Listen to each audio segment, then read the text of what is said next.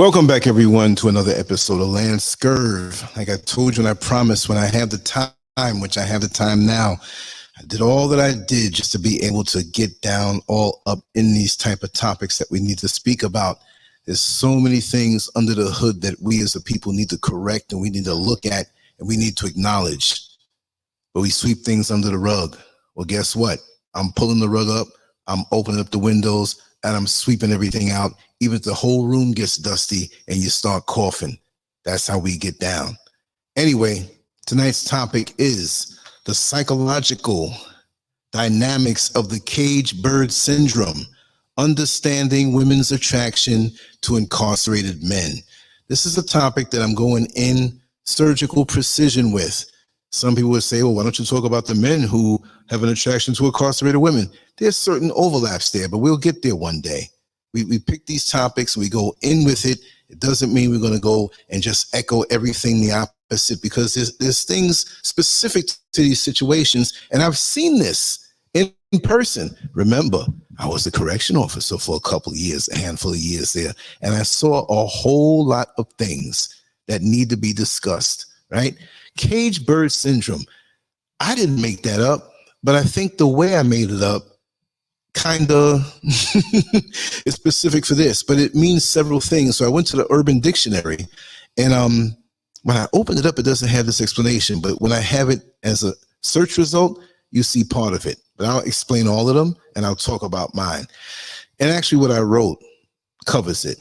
Cage bird syndrome out of the Urban Dictionary. When one is accustomed to residing in a confined space and suddenly finds himself in an overwhelmingly larger space and in turn becomes uncomfortable. Now there's a little more to it, but I'm only seeing that in the explanation in the search results. But then I see another one. Okay, here it is. Let me read this over again. When one is accustomed to residing in a confined space and suddenly finds themselves in an overwhelmingly larger space and in turn becomes uncomfortable and hesitant to expand into their newfound larger area. That's true. I mean, have you ever seen, and this is not everybody, I'm not throwing off on people because they might have been incarcerated, but a lot of the brothers that I've seen incarcerated, they're so used to such a confined space. When you see them out, when they finally get out, and the longer they've been in, the more you'll see this. They'll be on a wide boulevard and they're walking close to the wall. I've noticed that. It doesn't mean that everybody who is walking close to the wall has been incarcerated, but I've seen most guys, and you can tell by the body language. They're very efficient with their space. I've noticed that. I mean, by a show of hands eventually, whether it's now or if you're listening to this as a replay, let me know. And if you've been locked up and you feel this way, let me know. Now, the other explanation doesn't have anything to do with this, but I'm going to read it anyway because you might see it pop up and say, Lance, that's not really what the cage bird syndrome means.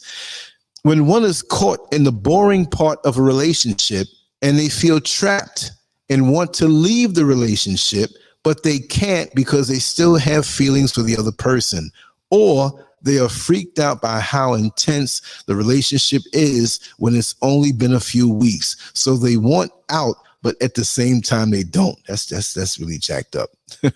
Here's an example. She feels like she has cage bird syndrome because he told her he loved her after the second week after they were together. But that's a whole other topic. Let me get back and put this in here, and let me hit the chat room. I just want to kill a little time before folks come on in. Yes, Giant Gain, welcome on in. Good to see you. Good to see you again. All right. Now, this may not be as long as the show that I did earlier today because my voice is not all the way healed back, because I talk a lot, but we're going to give it a shot. Right. But let me read this. Let me read this out. I love writing, so I'm going to read this out and we're going to talk about this.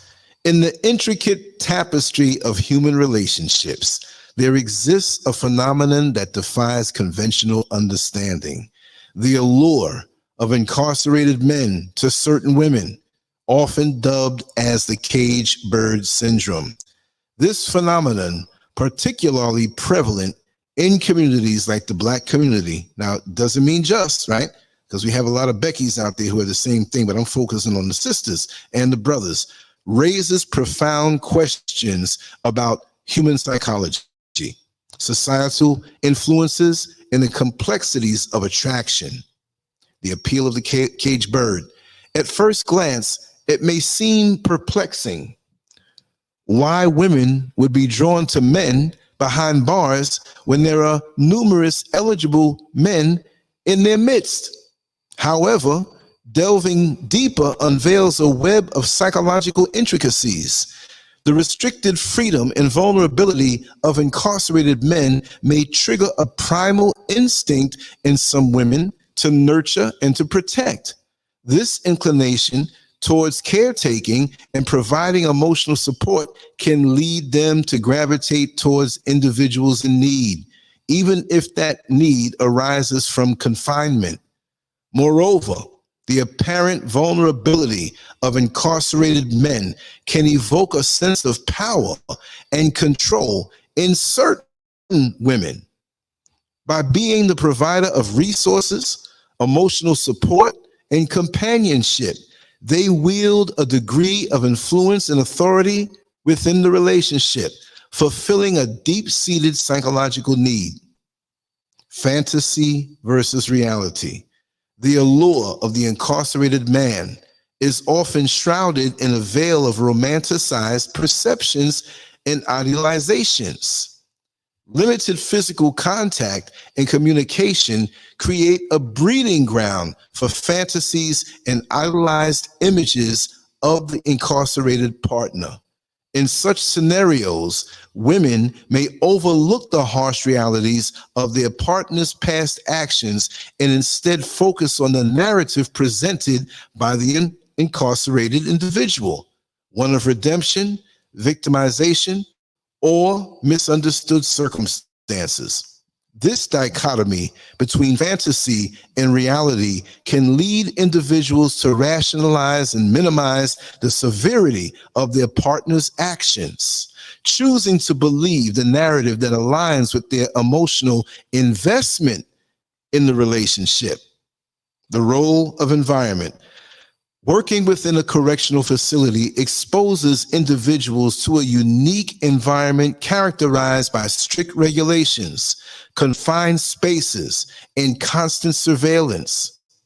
Despite the clear boundaries and regulations, the close proximity between staff and inmates can blur the lines of professional conduct and personal relationships. The power differentials inherent in the inmate-staff dynamic can create opportunities for manipulation and exploitation. The environment, coupled with prolonged exposure to vulnerable individuals, can erode professional boundaries and cloud judgment, leading individuals to take risks they otherwise would not consider. Understanding psychological disorders. The propensity to engage in risky behavior, such as fraternizing with inmates or engaging in sexual relationships within the confines of a correctional facility, may stem from underlying psychological disorders and maladaptive coping mechanisms. These disorders could include traits of dependency, impulsivity, or a distorted perception of reality.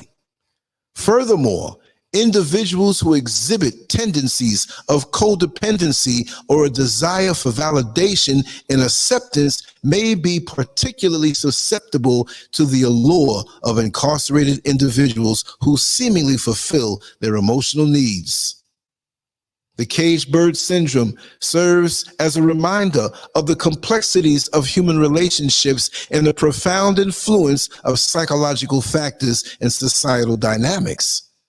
While the allure of incarcerated men may defy conventional understanding, it underscores the importance of empathy, understanding, and support for individuals navigating the complexities of romantic relationships, especially within challenging environments. Ultimately, unraveling the psychological intricacies behind this phenomenon requires a nuanced understanding of human behavior, societal influences and the power dynamics inherent in relationships. By shedding light on these dynamics, we can strive toward creating more empathetic and understanding society where individuals feel empowered to make informed choices guided by self-awareness and emotional resilience. Like Millie Jackson said back in the 70s, I just had to say it. And I've seen this play out from experience. I've seen these things play out for experience. I also have friends that I've grown up with that have passed through correctional facilities. I have friends now, acquaintances, and people in my inner circle who have worked in law enforcement, especially with the incarcerated.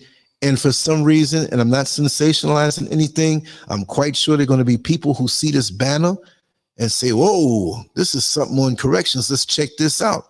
Let me tell you something. I may not be a 20-year veteran. The couple of years that I've seen, look, in experience, it's no different than the outside world. It's just more concentrated. And I know you'll agree with me, right? Because what you see on the outside is what you see on the inside, more concentrated. And we have human nature.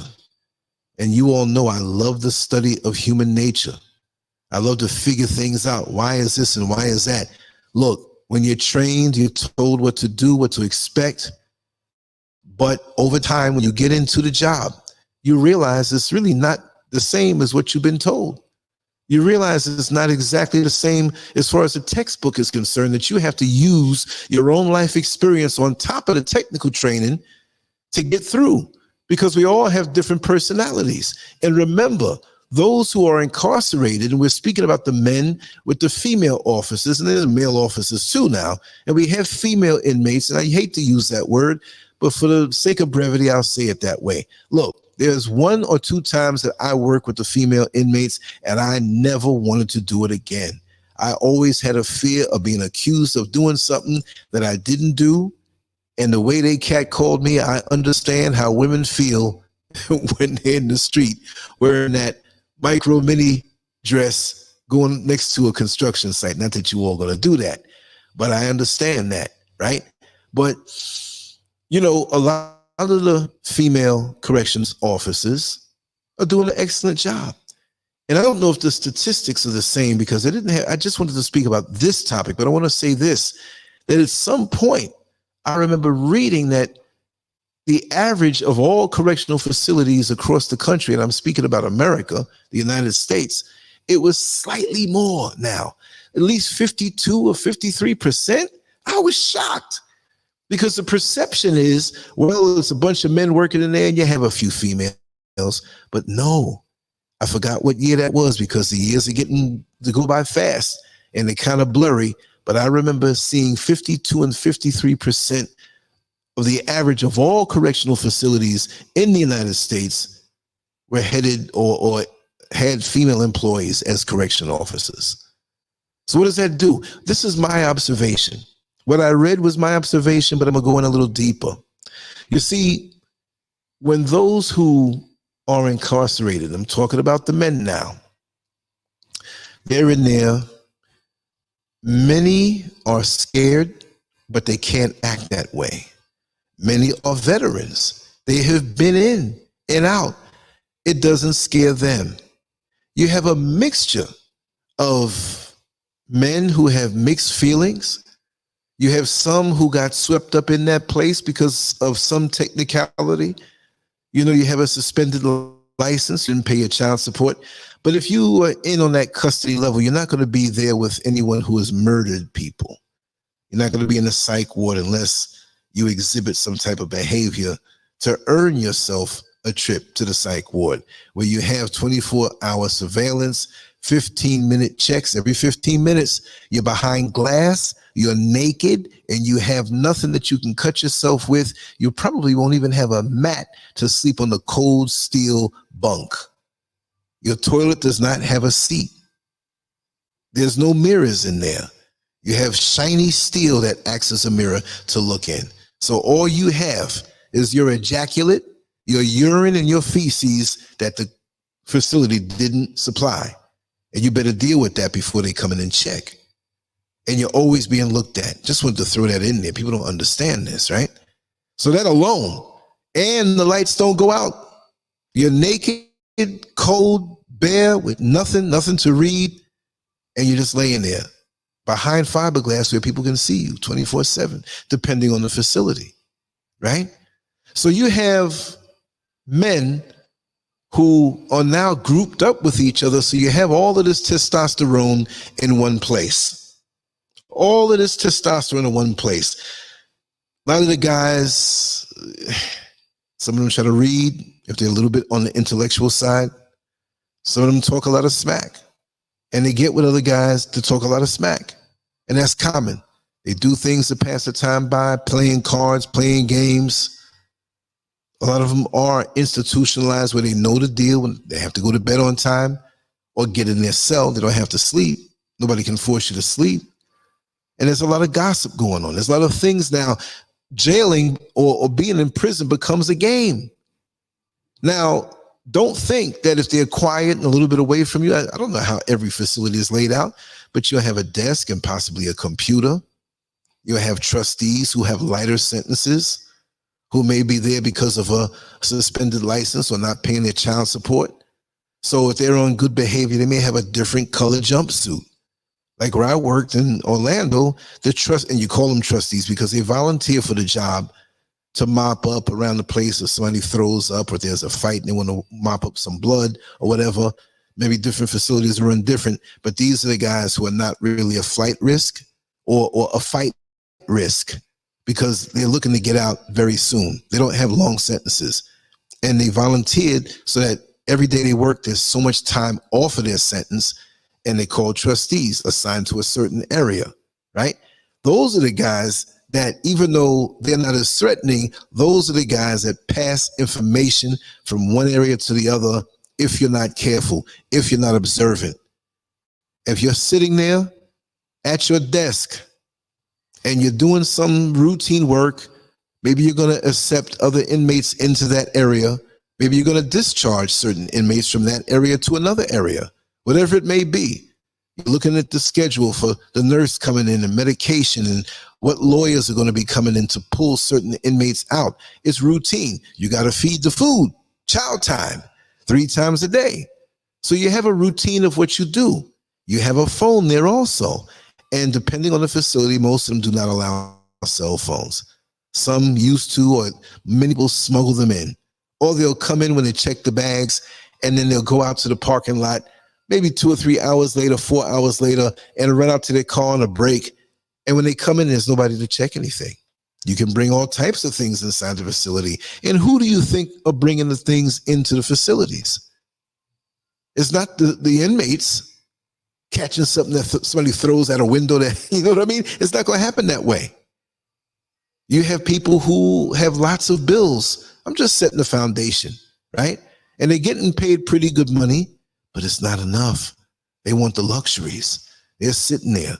Some guy may have child support to pay. Some woman may have a husband that's not there and children. And they say, hey, if I bring in a little bit of this to sniff up your nose or whatever, you know what I'm talking about, guess what? They're going to bring it in and they get paid outside. The guy they bring it into has his boys outside. They're going to make sure to meet you to pay you that $2,000 or $3,000. That will make it a lot easier.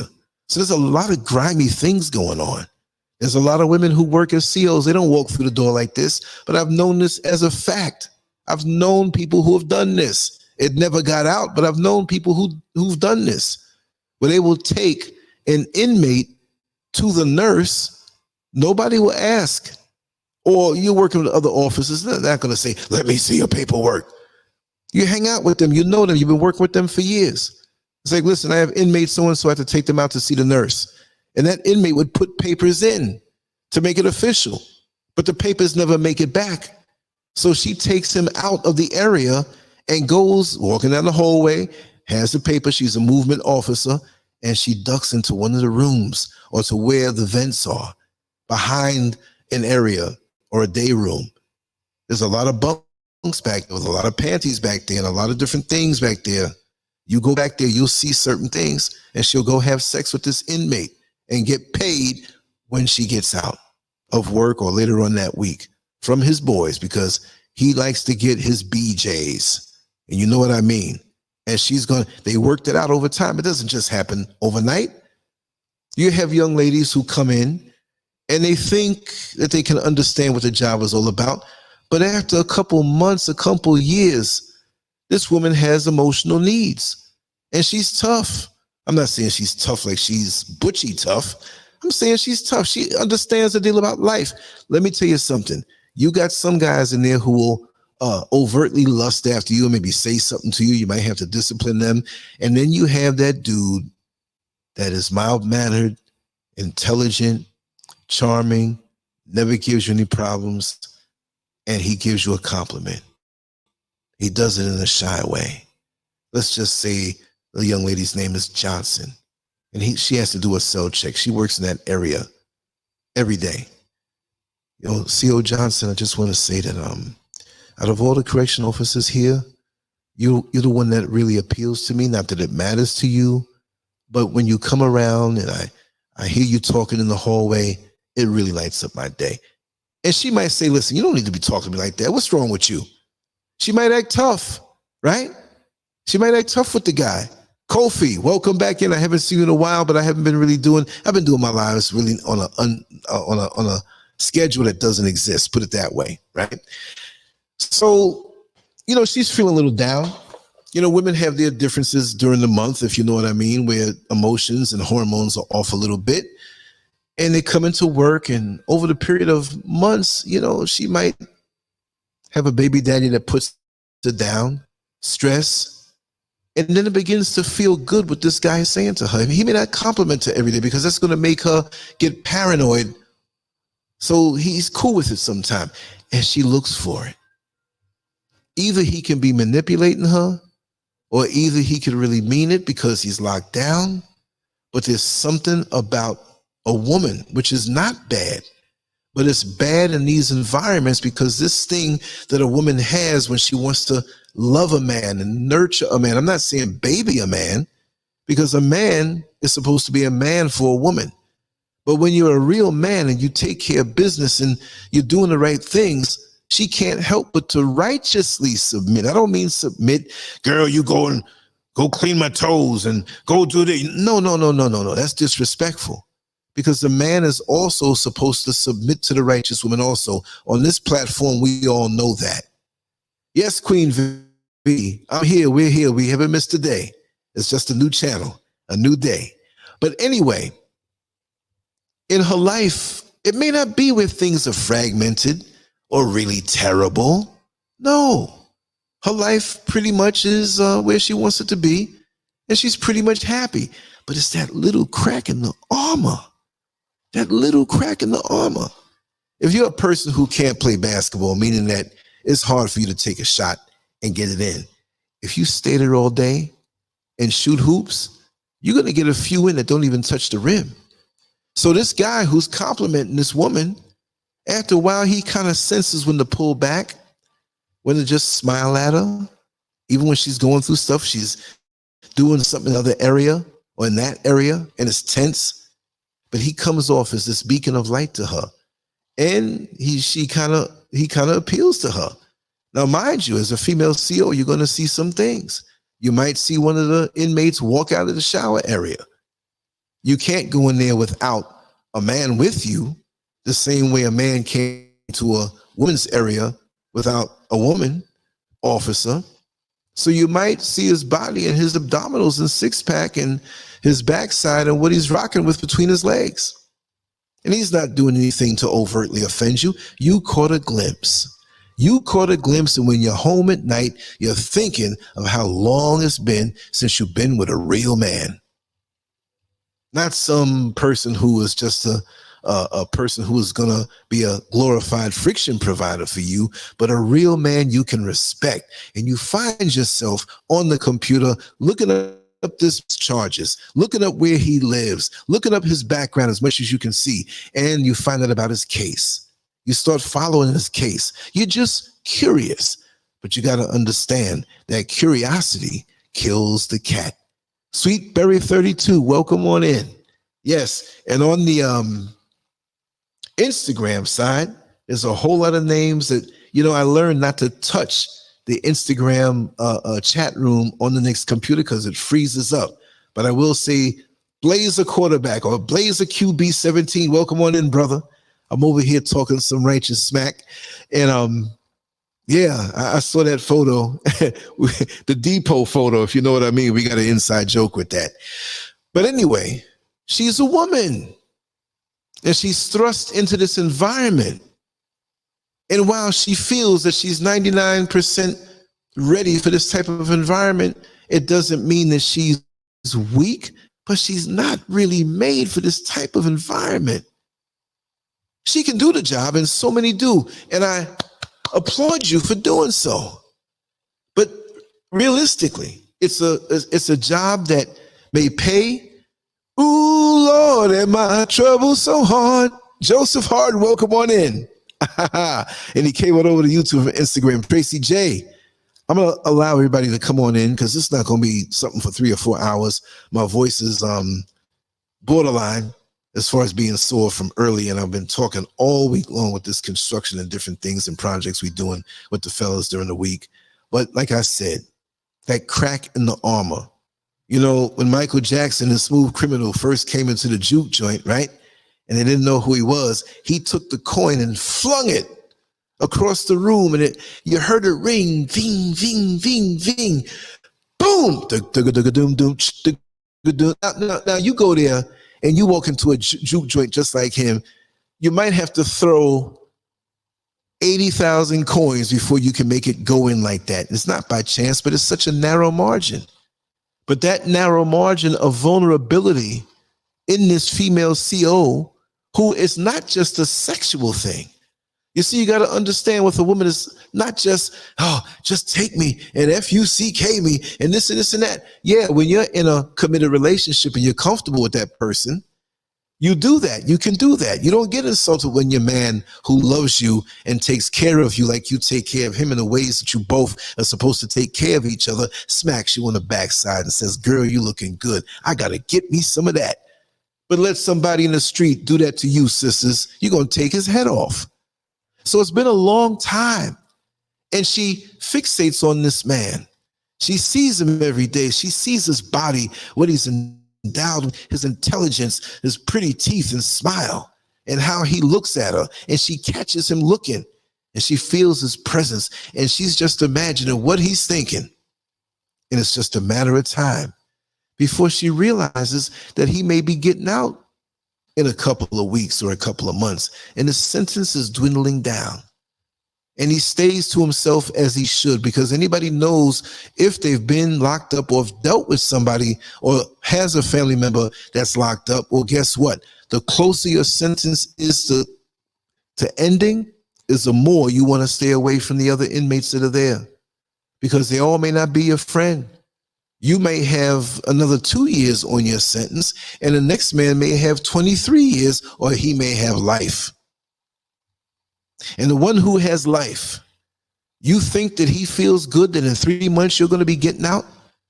That you're going to be eating pasta, you're going to be eating pizza, and you're going to be eating some other things that start with the letter P and have 5 letters in it. He doesn't want to know about that. So he may try to pick a fight with you, or he may have somebody set you up to get into a fight to catch more charges.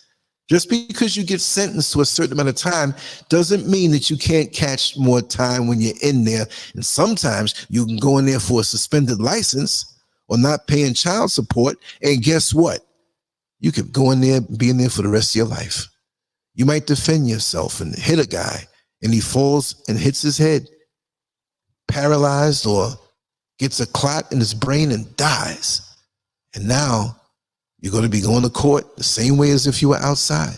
So we see all of this drama and emotion, and oftentimes a lot of these guys who will manipulate a woman will be in the cell when you're doing the cell check and he's crying.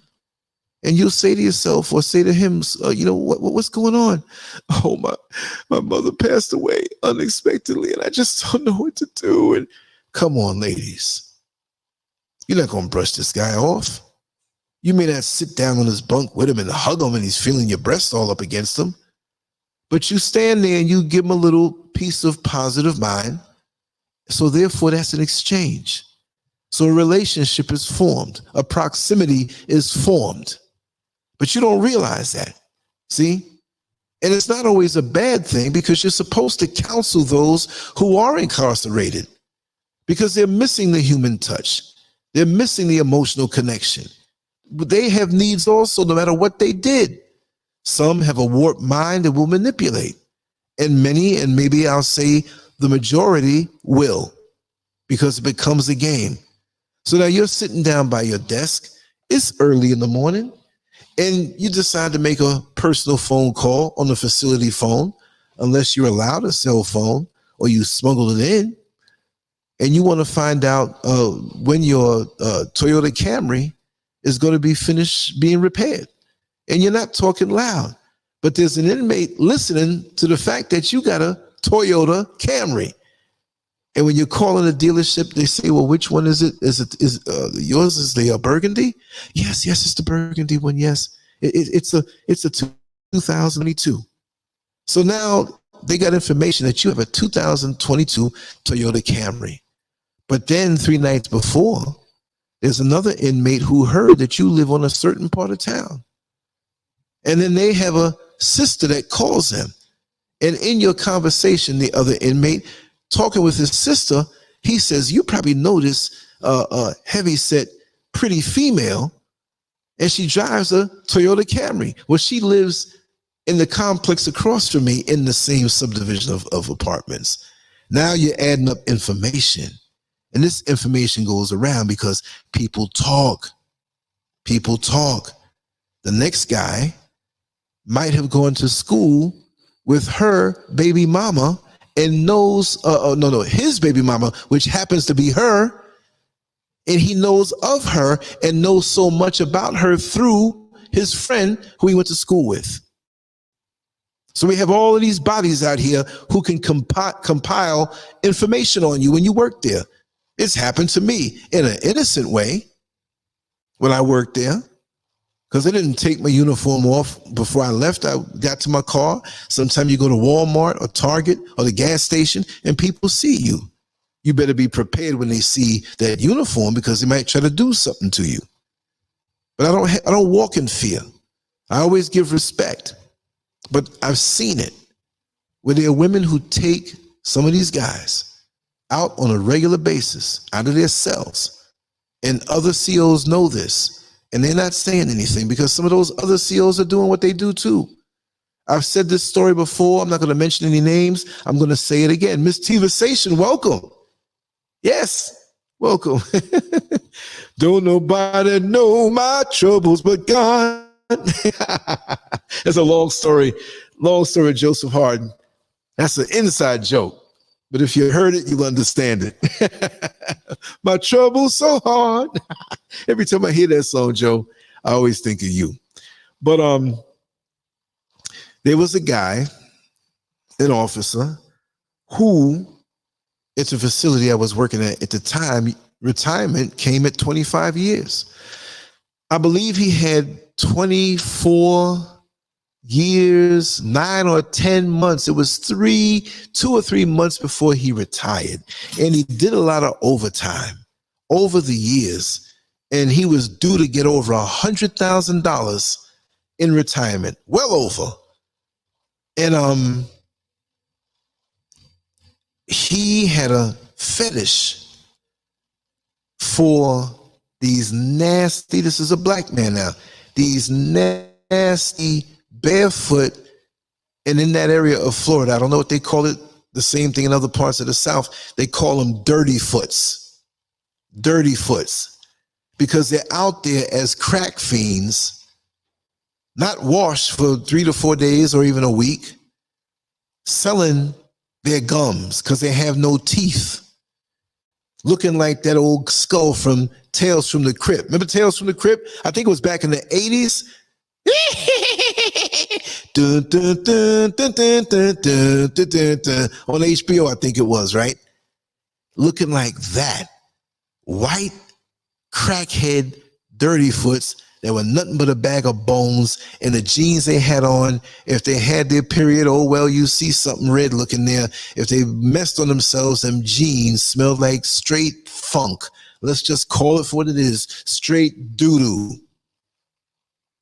And the worse off they looked and were, you know how Caucasian women are with their hair gets all stringy and musty, and they're sunken in looking old. It's like, how old are you? I'm 35. Again, looking like Mama from the Addams Family. More wrinkles in their face than a homeless woman's vagina. Looking bad. So this guy, he worked in booking. That is giving it away if you know. Where you receive the inmates. And he loved to work on the weekends because when they have stings, they have certain stings. I mean, all week they can have them. But when you have certain stings and certain prostitution stings, you yield more on a Friday and Saturday night because there are guys out there cruising the streets to get a little action before they go home. Now, out in Orlando, Florida, you have a place called Blossom Trail. And that's where, and I think to this day, you have many of them out there working, the dirty foots. You have a lot of men who had operations and hormones and injections, but as big as they are, you know they're men. And you have women, and HIV is floating around that place like mosquitoes deep in the South after you ate a watermelon and your veins are full of sugar. They're going to bite you. You bump into somebody and you better go to the clinic and get a checkup. Just don't go down there. I've seen some things. And working in the jail, I've seen some things. Because I've done overtime in booking. So what this guy would do, when you come into booking, of course, you just don't go right on in. Now, the recidivism is high. I've seen people leave on minor charges on a Friday and turn around and I'm coming back to work on a Monday. I'm like, wait, didn't you just leave here Friday? Or come back in 2 days? Yeah, get busted for the same thing. Because police know when they see a dirty foot or a drug dealer or a dude who's doing home invasions on a regular, you know what they do. Car thieves, you know what they do. People that do things usually don't do other things unless they're a low-level, opportunistic stick-up kid, right? Whatever comes their way, they don't know what they're going to do. They're just going to go out there and do it. Well, when he would see these, and it had to be white dirty foots, smelly white women walking on the trail, cold or hot, because it does get cold in Florida. Don't let nobody lie to you. Orlando, I've been there. In my time living there, the lowest I think I experienced was 26 degrees. Yeah, but not for long. It's at night, and it's around December, January, right in there. Maybe. Doesn't always go down that low. So these women are walking around where people spit and dogs use the bathroom, and their feet are black on the bottom. And so they're in the cell. They got to be there for a while before they get moved to the appropriate area because they can't stay in booking forever. They got to get checked out by the nurse. Even if you were released the day before and they know your medical records and you come back in the next day, they have to treat you like they don't know you, even though they know it and they have it right there. They have to do that by law. So before they even hit the nurse, I don't mean literally strike it, but go by the nurse's station, you know, in time, you got other people there. You got to get the paperwork right, go in the computers and input everything right. Understood. Well, he works that area and he knows it. He's worked there for many years. He's almost been there 25 years, but say, for example, he might have been there 15 years in that area because he likes that area. When you work in the jail, there's certain areas that, yeah, I don't like this area, but I like this area. And you can be very relaxed. When I worked there, anywhere I worked, prison, jail, I was always very relaxed. Humor was my weapon. That would alleviate the tension in the area that I worked in, and people are laughing. That's a release. Not all the time, but I leaned toward that. And I gave respect, but I demanded it also. So folks looked at me like, you know, hey, brother, I can identify with you. You know? Yeah, you know it, Joseph. The mythical OBT. Face like red noodles. For real. White dirty foots. Ain't nothing scarier than that. So they'll put them in this cell area, right? For a while. And when people kind of lay back at night and they're sitting by their computer and, you know, they're not doing all their checks. So he says, oh, I'm going to go walk around and check on everybody. He goes into a cell because he knows this chick from the outside. And there could be maybe 4 or 5 of them on rotation. And they know what he likes. He likes oral activity from the dirty, white, toothless, possibly HIV dirty foot. And she swallows that stuff like Popeye did his spinach.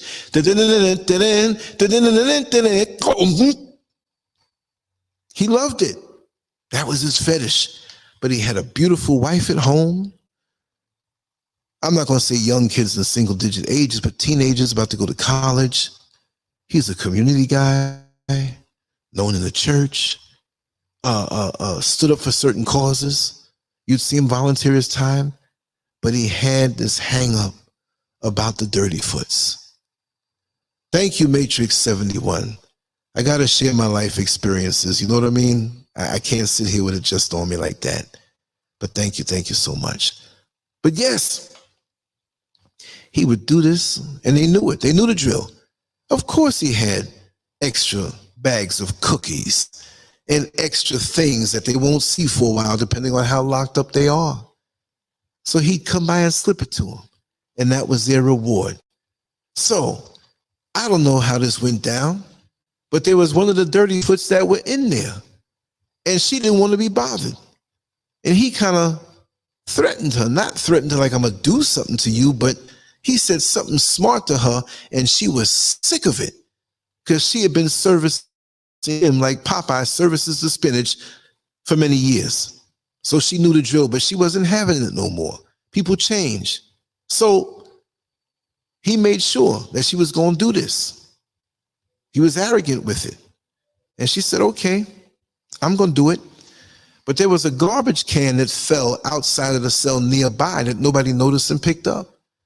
And it had some type of plastic wrapper, like for maybe a bag of chips or some kind of candy wrapper, but it was plastic. It wasn't like a bag or anything. So after they committed the act, I don't want to be too graphic, you know what it was. She was on her knees and it wasn't to pray. She took the plastic and spit the DNA evidence into it. And they know that certain COs don't get along with each other, even though they'll work together and act like they like each other.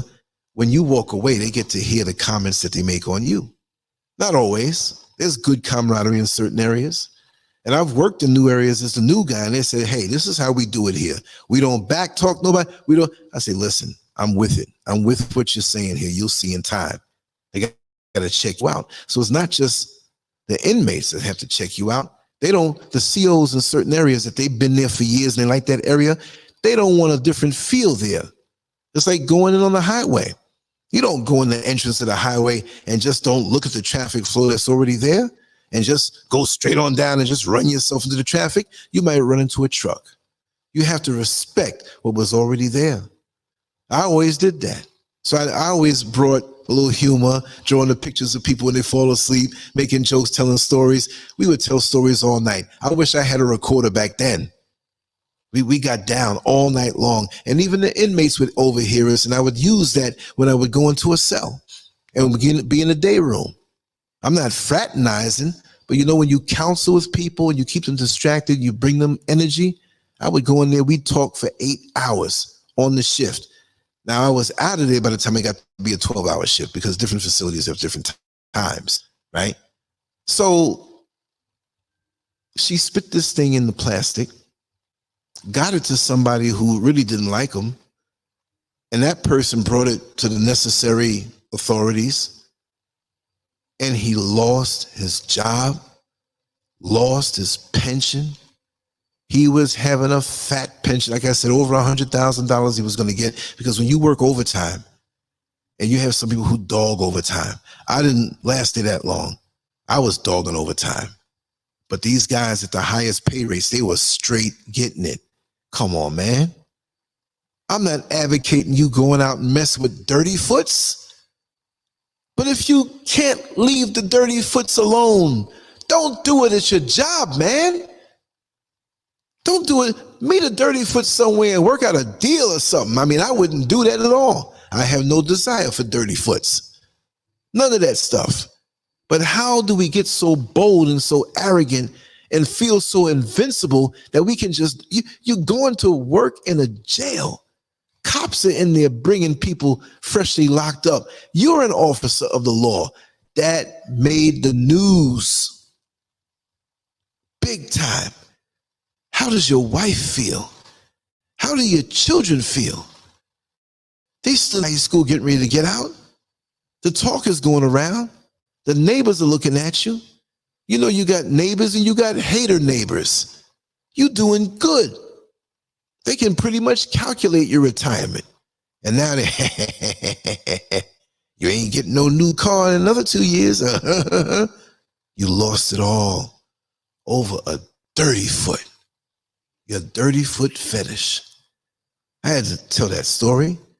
I've seen nurses. There was one nurse, well, there were two nurses when I worked in the facility. They were quite fond of me. I'll just put it that way. And I'm a gentleman, but they continued to now hit on me. And so I would parry off their advances, which wasn't something that was of a harassment or anything, but I just didn't want to hurt their feelings, right? Now, there was a white one and a black one. And the white one made it obvious. And I moved to a different area. I treated her nice when I would see her. I just didn't, I hate to hurt a woman's feelings that way. You know, they were a little, you know, they could have hit the gym and, you know, they could have took care of themselves a little better. I mean, you know, it wasn't even that. I'm not in the market anyway. What I'm saying is I still don't want to hurt your feelings because they were really very nice people, right? And they knew each other. And they would watch me a lot. They would always come to my area. If I was working in the area, they're going to find themselves over there. I'd give them some nice talk, you know, in front of everybody. But it was obvious. Now, the white nurse, she knew she didn't have a chance with me. So from what I heard, she latched on to a guy who was incarcerated. Again, I hate to say the word inmate. I'm not saying that in a condescending way when I say that. But she got attracted to one of the inmates.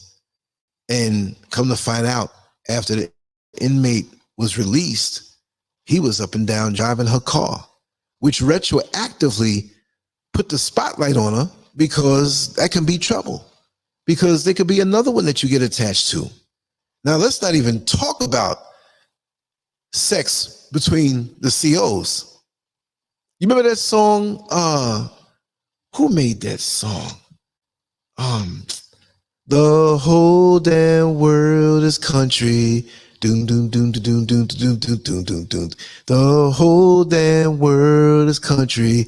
That was like 2003. I think that song was that I was there. Well, me being a prankster, I'm not going to say the curse word. It starts with F, okay?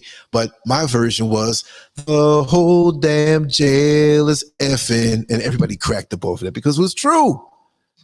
That parking lot was rocking. And we all knew who was messing with who. And then it would switch around. It was crazy. But of all the facilities I've worked in, yes, every facility I've worked in had that same thing going on, because you got to remember. And I had a joke, and maybe some of the people I work with at that time, they might hear this and they'll say, Lance, you did say that. There was a thing I called the C-shift effect. The C-shift effect. Well, this is what it was. It was 8-hour shifts, 24 hours, 8-hour shifts, 3 shifts. You had A shift, B shift, and C shift. C shift was, I think, from 10:45 to 6:45. And then you had the briefing where you just couldn't walk out. The next shift was already there before you left, so they can get briefed on what was going on. So and so in this area had a seizure.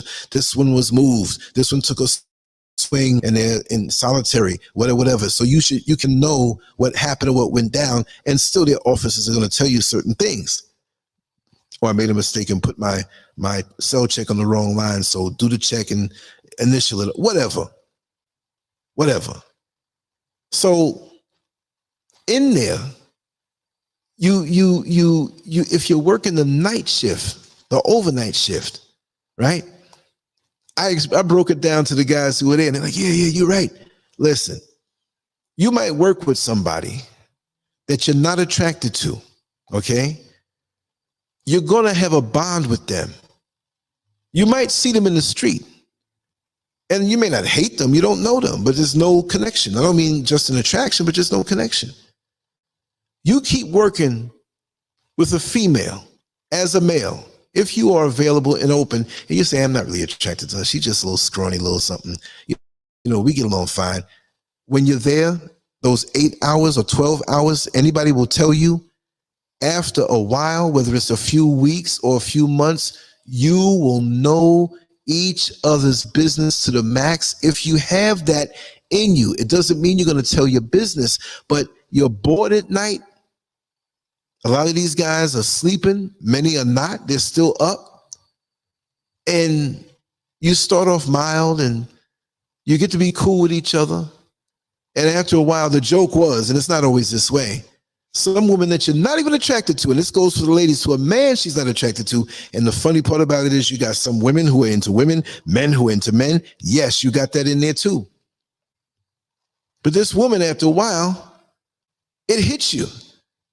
Oh, she ain't that bad looking. She kind of attractive. Oh man, she looking good. See, the mind is a funny thing, and you got to understand that certain things permeate your psyche the longer you're in this place. Okay, let's talk about Christmas as an example. I'm not saying whether you celebrate it or not, but when Christmas comes and the holiday season comes, in the street, what do you see? Lights, trees, you hear the music, the commercials, all of this stuff going on. But guess what? Inside the jail or the prison, Christmas looks the same way as it does on July 4th, on Easter, summer, winter, fall, spring. It's the exact same look on the inside. So you're disconnected from the outside world. And when you first start, you have different shifts. So you can even be cut off from your family because you got to work this night shift or these odd days off. You're not getting Monday through Friday, 9 to 5 when you work in a jail. No. You got to come up through the ranks. You got to get seniority. So even still, there are many people who work in law enforcement and even other jobs, but it's so rigid there. And you have issues with your wife at home, or you're a woman and you have issues with your husband at home, or whoever your mate is who may not be home. You might live in different places and your heart is breaking, or you're mad at something you found out. And here you come into work overnight, and not even just overnight. It could be in the day, because it doesn't matter whether it's day or night. The windows, the little windows, you might see some daytime and some sunlight, but it's still the same on the inside. And then remember, there's a spiritual element to this thing. There's so much pain, frustration, sorrow, hopelessness, boredom, confusion, potential chaos in this place. It's like hanging out in a pool of gasoline and you're about to light a cigarette. It can happen. You don't want to do that. You'll see guys just freak out. These are the tensions that you'll see. I was working one night and this guy took the, what do you call it? The little metal thing that holds the band together. It's a rivet. I think it's a rivet, whatever. He took that off and got it off his wristband, and he cut his wrist, cut his face up, cut his penis up. And then he took towels and shoved it under the door, the steel door, so to make a seal. And his cell was way down on the side. It was late at night. Some of the inmates were making noise. And so he kept flushing the toilet. And every time you flush it, see these toilets, you flush it. There's no time to wait where, oh, it has to come on up like in the house. Your tank has to fill up. It comes straight out the wall. You hit it, you hit it, you hit it, you hit it. You keep flushing and overflow the water because you stick something in the toilet too, and it's under the door. Now you've been flushing this toilet for 30 minutes and the water is up to your waistline. And now you put the blood and rub it on the little glass that's right there and scream. And you look up and you see blood. And now you call the control room on the radio. South Housing, the area 1 control room. I'm forgetting my calls, right? Roll cell 8 immediately. And you rush in there. And when you roll cell 8, he's laughing because you have a tsunami of water coming at you and you're running up the steps. Exactly, Joseph. She ain't that bad looking. I thought she was skinny. She got a little something. She hiding something under that uniform. This is how these guys talk. And 9 times out of 10, the men are worse than the women. Now, you know, come on now, ladies. You know how men was, oh, you gossiping like a woman. Well, it ain't the woman no more. I'm here to tell you, and you know that. Men in these circumstances, no matter how upright they act, those phones within the facility are popping. Did you see that new officer that came in from the academy? Oh man, find out about her. It's a garbage can. And I don't care how much you wash up, scrub down, put on your Sunday best, put on your perfume or your cologne, depending on who you are, and go jump in the dumpster and hang out there for a while, you're going to come out stinking. Doesn't mean you're going to get involved in things that are there, but you are going to come out stinking. Stinking thoughts, if anything, because there's nowhere to go. And some people, no matter how much they've been there for years, you have some great guys and females who are doing stuff in the community, who have worthwhile hobbies, who can separate that atmosphere from their family life, who are not into the gossip. So kudos to those. I'm not going to make it seem like it's all bad, but the women who are working there, they're going to get tried in their mind. They're going to keep on chipping away like Chinese water torture. It's just a drop of water, but if it keeps on dropping on your head, after a while, it's going to feel like a sledgehammer hitting you in the head. And they're going to catch you at the right time. So you got to be prayed up, focused in a way where you're ready and you can understand what can happen. Because if there are things going on in your personal life and you're in that environment, if it's not somebody who's manipulating, or most of them are, it's stuff in your mind. And we're human. And you're going to find a way to get to that person, even if you think it's just a feeling that you have. It all comes down to the ultimate connection. I'm not just saying it's sex and only sex, but that's the result of letting this thing develop. And yes, marriages happen and we do things in a decent way, but 9 times out of 10 out in this world, no matter what, this is how you find people doing all kind of crazy stuff, because the fantasy kicks in, the passion kicks in. And like I said, it's like you hanging out in a pool full of gasoline and you a chain smoker about to strike that match. And it happens so much. Female officers getting pregnant from the guys who are there. Sometimes you don't know which inmate it was because 2 or 3 of them ran a train on them. Yes, they got the bean holes that you don't have to open the cell doors. You can flip the bean hole through if the guy is well endowed enough. You can get that on your knees in front of that bean hole and take care of him. Did you come there to do that? No. You thought you were going in there for a job. I can handle it. You got to be careful. And then you're working with people. There are people who fall in love or fall in lust. And there are people watching you too. You can't get away. You might be on the low dealing with somebody there. Both of y'all are married. You go to the next city over. You in Orlando, you say, well, listen, we can go over to Tampa. We can hang out. Maybe we can hold hands, do whatever. We took months to get the excuse up. And it just so happens that somebody from Orlando, because Tampa's not too far from Orlando, will see you. And they're not going to wait. Pictures and all.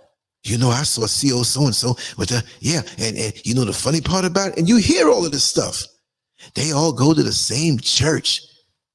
And he's going to be with his wife on Sunday. And she's going to be with the husband. And they shaking hands and laughing, and they screwing each other. Girl.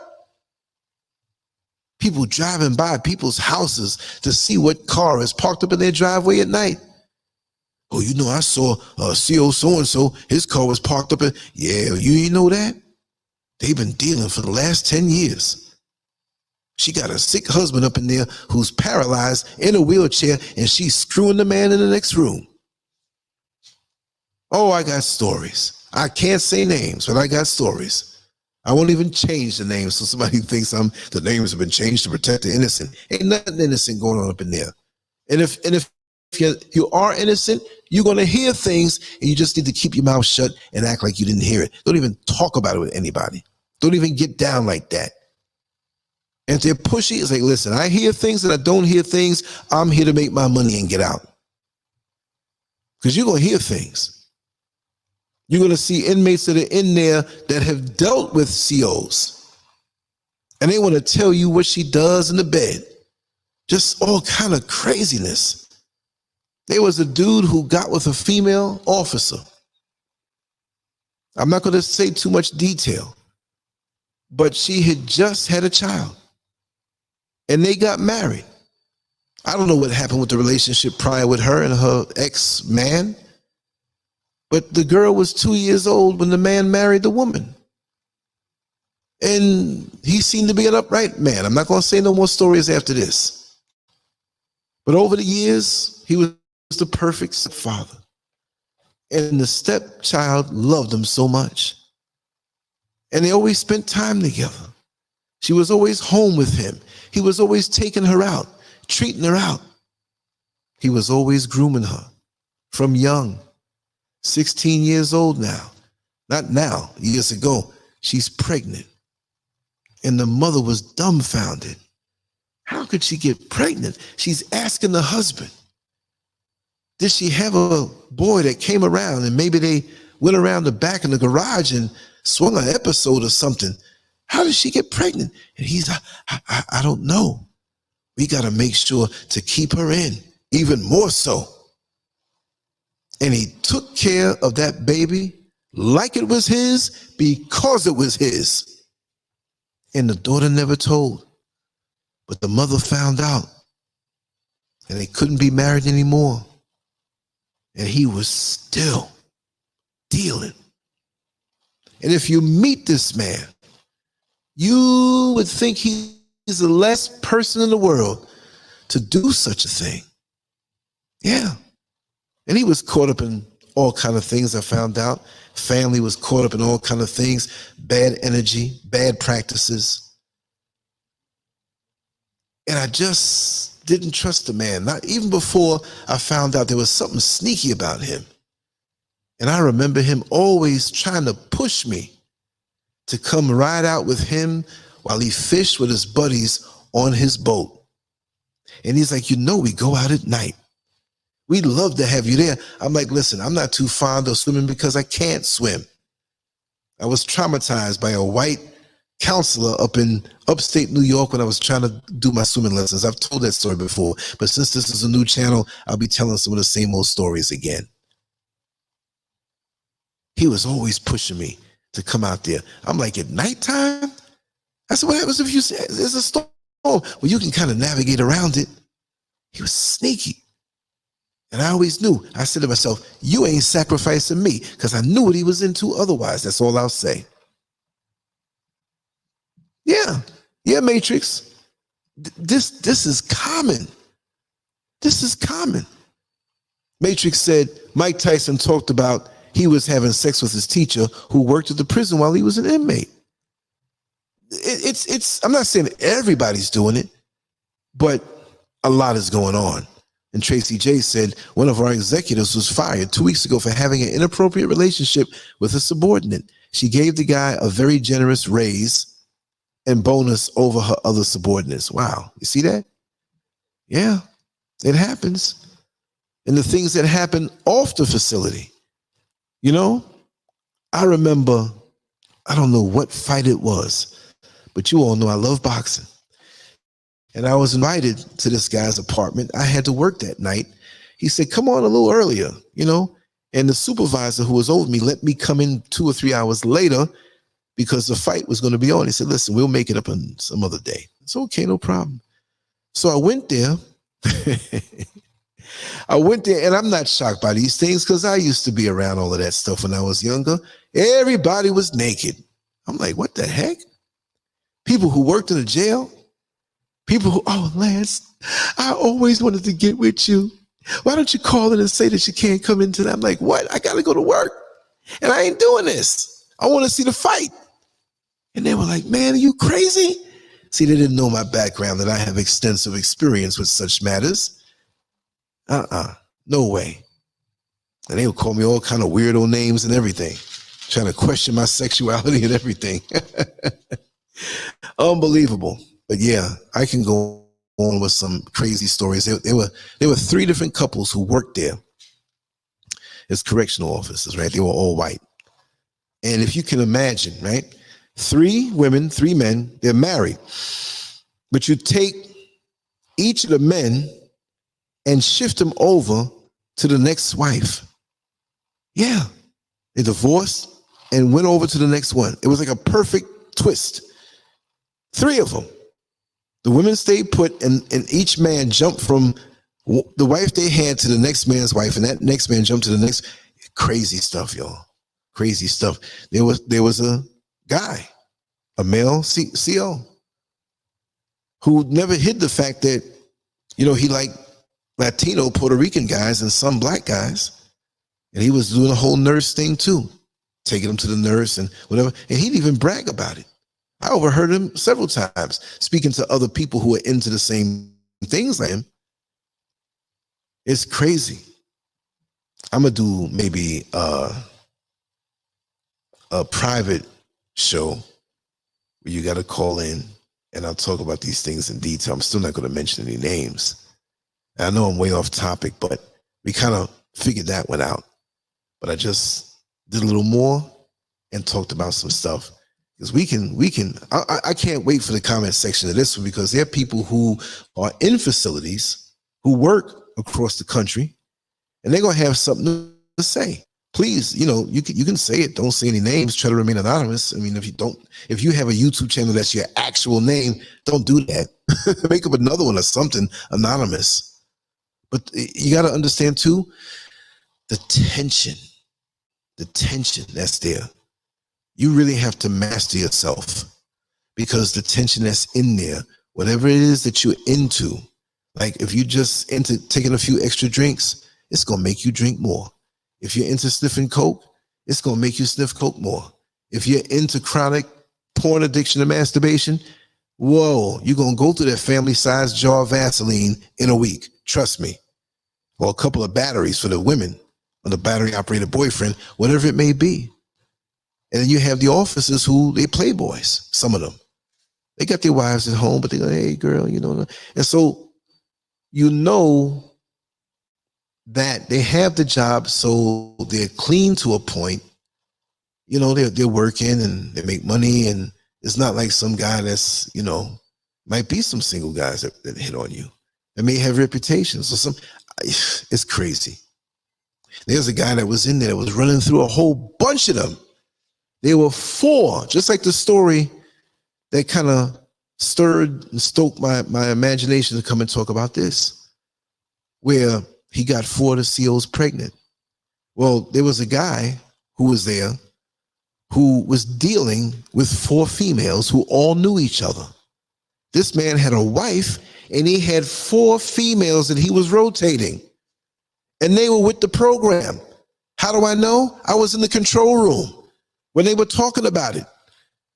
And one had seniority with him. There was another one that was second, third, and fourth, and they had a hierarchy with this man's penis. And they all knew to not make any trouble for him and his wife. Girl, you know, he's I have Monday and Tuesday, but that kind of sucks because it clashes with my work schedule. But I got to get some. Girl, I know how it is because, you know, we all strung out on that thing he got, what he does. Ain't that something? At least we all know each other. One had him Wednesday, one had him Friday. One was a rotator. And they were mad because they're like, listen, we have a sisterhood here and we can deal with it. We've come to certain terms because he's going to do it anyway. But there better not be a fifth one. I mean, there were 4 in the wife, so that's 5, but a fifth one like another side chick. This guy went in the restaurant. He has his main, you know, dish and got macaroni and cheese, got some rice, got all kind of side dishes, and they're in agreement with each other. Ain't that something? It's just unbelievable how, yeah, that's some old pimp shit, Joseph Harden. Let me see here. Tracy J said something here. Women who entertain these type of men have no options on the outside or they're unhappily married. You know, I'm going to add on to that. They have no options, and you're correct, because they have no options because of what's on the inside of them. They don't feel worthy. It's a low self-esteem thing for sure. There's much of the confidence that many of these female CEOs will show, and some of them are truly confident because they have other things going on worthwhile. There are some who never had anything going on in their life before, and this job became the biggest thing for them. They're finally making good money. There are a lot of the young ladies who got into the job that worked in jobs that didn't pay much, and their esteem was tied into that.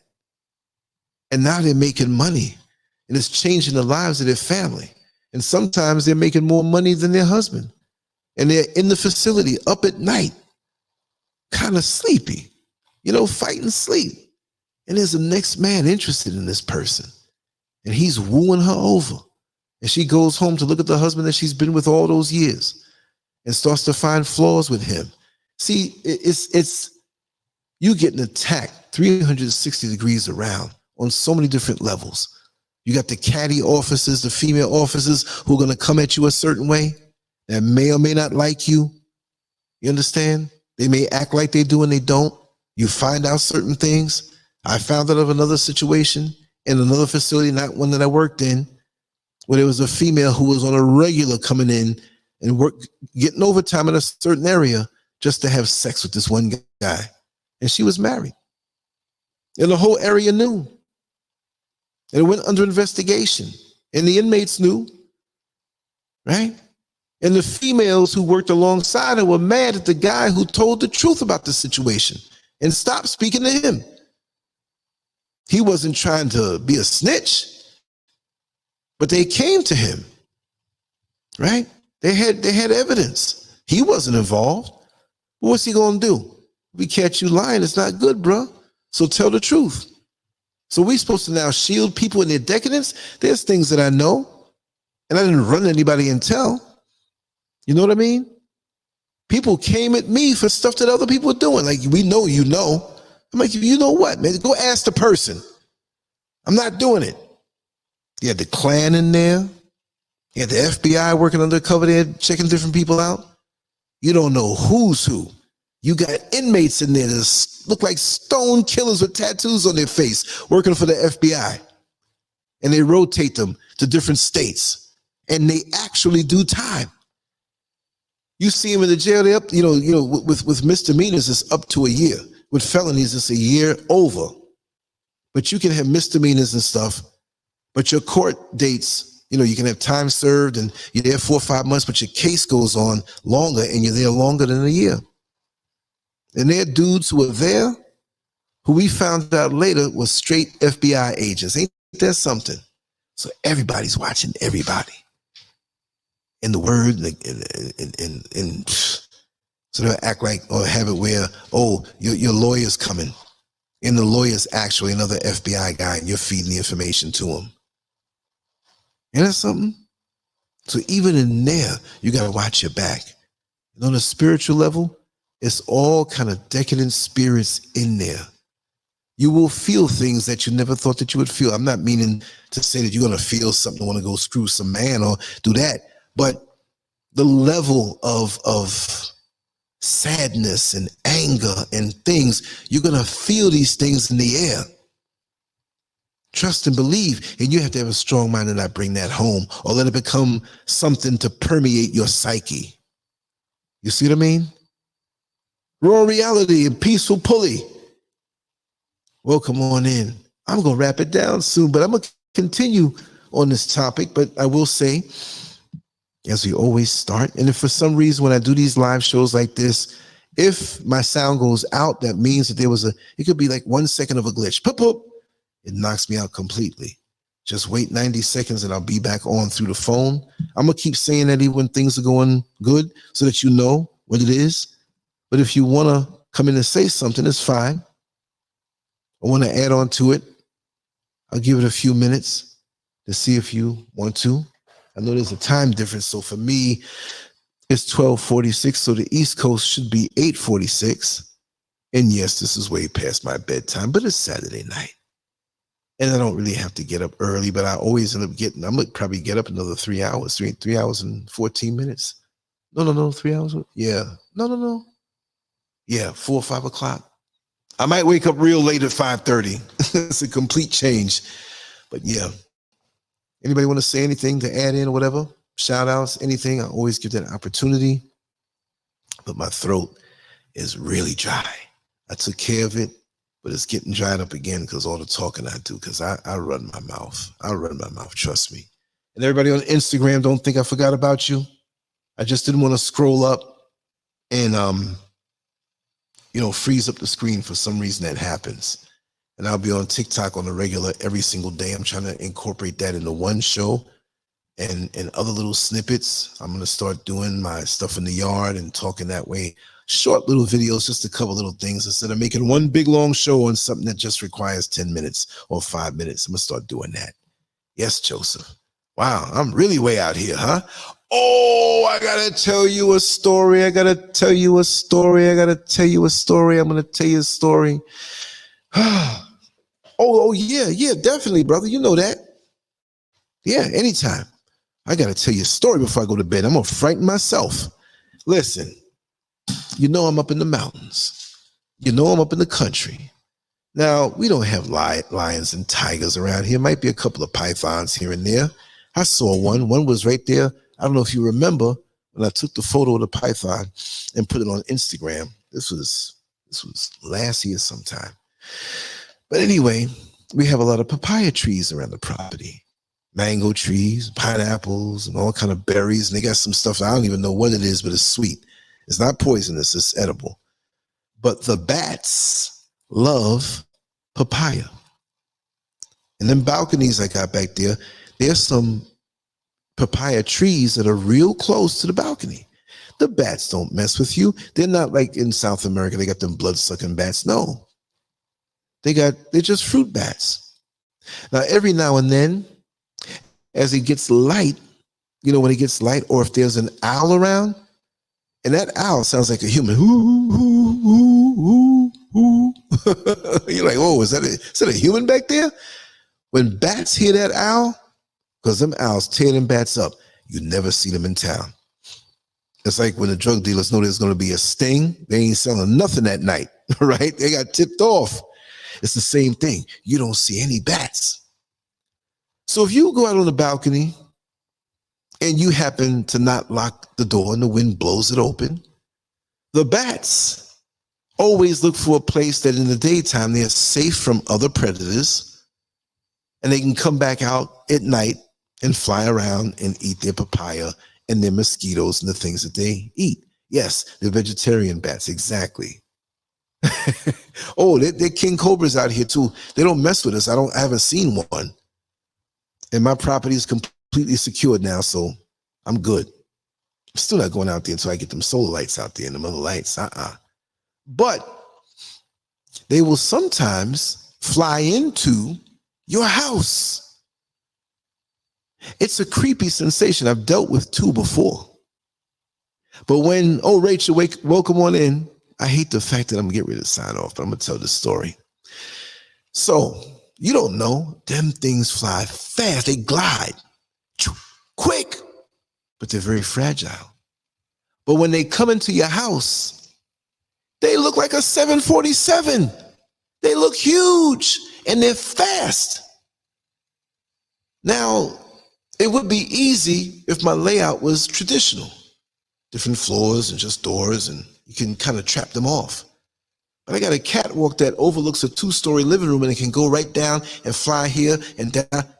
There's too much angles, which I like. So when they come in here, you better be very knowledgeable on how to get them. See, I got this tennis racket, right? Now, you know when you swing the tennis racket, it's not like swinging a ping pong paddle because the tennis racket has the mesh, which doesn't blow the air. So if you can catch it just right, bang, you'll knock them out, right? So this one particular bat got in and I saw something moving around. I cut the light on. It's where I am now. I didn't want to cut the light on now, right? I said, there it goes, going around in a circle. Around in a circle.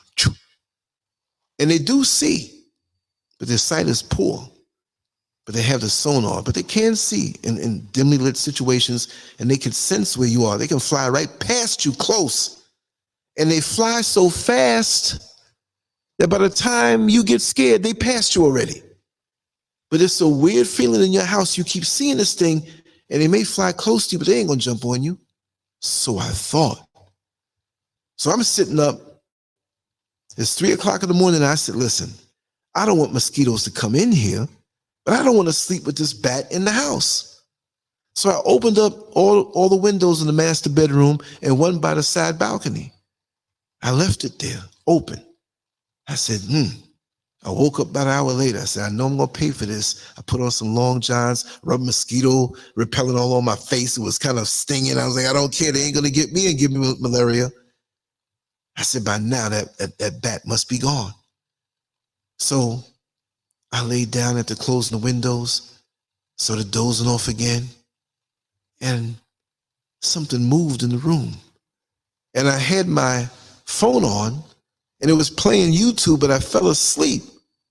I fell asleep with the phone on its back, and it kept playing, so it was lighting up the ceiling. Not bright, but enough that you can see the room. And I dozed off that way. And I knew the bat was still in the house. And I'm like, I don't care. This bat is not going to keep me up all night. And he's got to find a way out of here. The daytime is easier, but they don't really want to go out because now they hide. There's a lot of places in here to hide. And I said, listen, I'm dozing. I dozed. And I went into the deepest sleep. It was feeling so good. The mountain air just hit me because I don't close the windows. We don't close the windows here. That mountain air goes through one window. It just, okay. It's like a cruise ship up in this bad boy when you open up all the windows with the screens. Cruise ship when you're standing there and the wind's blowing, or you're driving with the windows open, it's blowing in your face. You don't need no AC. It's mountain air. I'll tell you what sucks when it starts to rain in the middle of the night. You got to get up and close up all these windows. I think it's like about 30 something, 35, 36 windows up in this bad boy. Hate that. Well, I'm sleeping. I'm relaxing. I'm melting into the pillow. I feel good. And I'm on my back. All of a sudden, I felt something near me. All of a sudden, I'm coming out the deepest sleep. And I felt something on my chin. And something said, open your eyes real quick. I opened my eyes. The bat was sitting on my chin, looking at me in my eyes. And the reason why I suspect is because I ate something, fell out, didn't brush my teeth, and my mouth smelled like fruit. I had mangoes. Ain't that much difference between a papaya and a mango. I screamed in a manly way, but a vulnerable, and I'm saying this to be funny, in a bitch way. Look, that word B word is not assigned to a particular sex.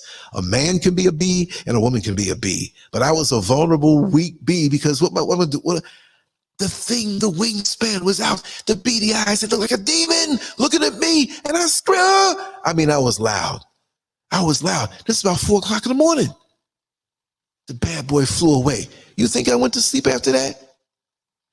I jumped up, forgot I didn't have nothing on, still had my slippers on, running around the house, stuff jumping. I cut on all the lights, had my tennis racket, and sat up in the corner, rocking, half asleep. Talk about having dark circles. The next day, a bat was sitting on my chin, and the thing looked huge, and the phone light was on playing YouTube.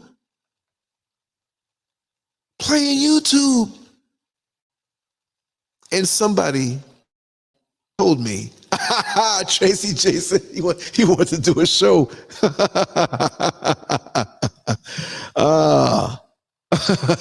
Company over. No, I have screens. I pulled them back to maybe the bat was going to fly out. No, they came in through a door. This place is completely sealed up.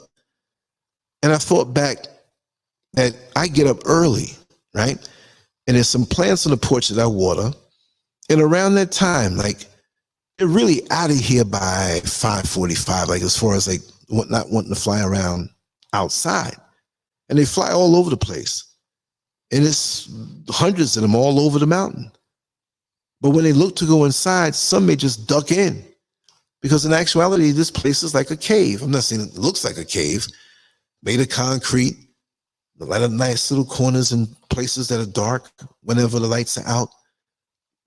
Not all the way dark, but there's a crawl space under there that when this house was being built, when it's just being built, there's no windows and no doors, there were 5 bats that would go under the crawl space downstairs. And they were used to that. So when we got the windows and stuff put in, they were always trying. See? So yeah, no, everything is covered. It's just when they get in and it's nighttime, see, the daytime they're hiding. They don't just come in and fly around, but now when it gets dark, they're hungry and they want to go out and get some fruit and food. But there've been times I let them out if they came in, but it's only a handful of times. And they'll fly right on out. But you really don't want to put your porch light on when you want to get them out. You put it on, they're scared of light. So it's a funny call. And so they fly around, they're hungry, and then they'll hide again when the daytime comes. It's crazy. But yeah, on my face. And he was there for a while. And I opened my eyes slow and looked. If I had a weak heart, I mean, it was like looking at a demon. The wings were open. And then when I made the noise, he started flapping them, and you heard it. And it was on my chin and on my mouth. Somebody, I ain't gonna say who it is, that comes on the show, they said, congratulations, you are part of the LGBT community now. I say, oh, you got jokes. Bats. Yeah, exactly. And then, like I said, the living room is 2 stories, and the catwalk over that I'm on now, I can look down, look across. So they love it. They can fly. You know, it's not like tight spaces. Yeah, I'm Batman now, right? He's going to bite into me. There's going to be some radioactive something going on. And the road to come out of here is a dirt road. It looked just like the dirt road when Batman was rolling out to go to Gotham City. So this is the Bat Cave. Yeah, I'm going to call this the Bat Cave. It's crazy. Yeah, I'm going to tell it. If it happens to me, I'm going to tell it. Yeah, at the time I was sleeping on Natural, and one of the screens were open, and there's always like a wasp or something trying to get in. Not all the time, you know, but every now and then they'll poke and fly around. And, you know, up here, there's not many places they can go. I mean, they want to go inside somebody's home. So it's not like these places are pushed up on each other. So when they find it, you know, they get in. The light was on. The night light was on. I had nothing on. And I felt a buzz on a very private part of me. The part that they would say, you have basketball, you have soccer balls, you have baseball. He landed on my balls. And I looked down and saw the wasp, and he was making that humping motion like he about to sting something. Let me tell you something. I assaulted myself. I didn't have time to swipe sideways with precision and miss. I came down and smacked myself, felt him on there. He got killed. He rolled over and went on the ground somewhere, still buzzing, half dead, but I'm in pain. But oh no, ain't no wasp stinging me down there. Imagine that. Imagine I go to the clinic and like I got a basketball down there all swollen. What were you doing? Anyway, listen, much love to you all. I love it. I love talking and sharing the stories and stuff like that. And I will be back on tomorrow. I will get up. Well, I'm not going to get up early, but I'm going to go into town, do a few things and get back early. And then I'll something live. Maybe I'll get some footage. Maybe I'll go live out there and show you around and just talk a little bit. Yeah, I'll make sure my batteries are charged and we'll do that. But I'm going to sign off now. It's been nice. My voice is really kind of giving out on me. And just make sure to know that I love you all. I have a ball and we'll come up with a good topic. And again, any topics you want to share, and just hit me at Lancescurv.com. I don't do any Gmails anymore. I do a Gmail, another one, but since that other one was hijacked, and I do think I have a keystroke thing that was dumped into my computer because I know the difference.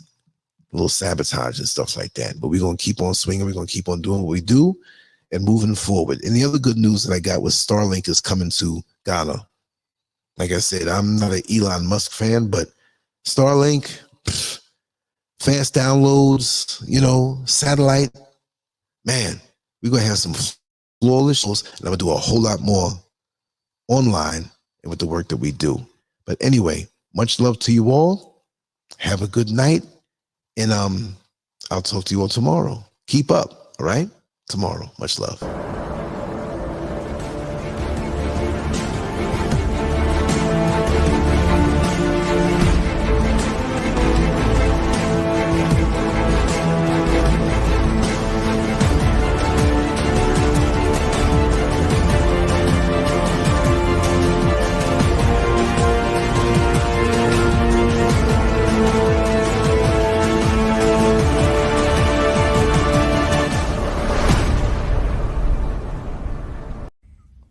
Make sure to go to Lancescurv.com, an online magazine established in 2001, containing written articles, thousands of talk shows and discussions, cutting-edge cartoons, as well as erotic expressions and tasteful adult photography. It's definitely not for the faint of heart. Once you get a taste of the world of Lancescurv, trust me, you'll be back for more. Lancescurv.com. Bold, raw, and uncut.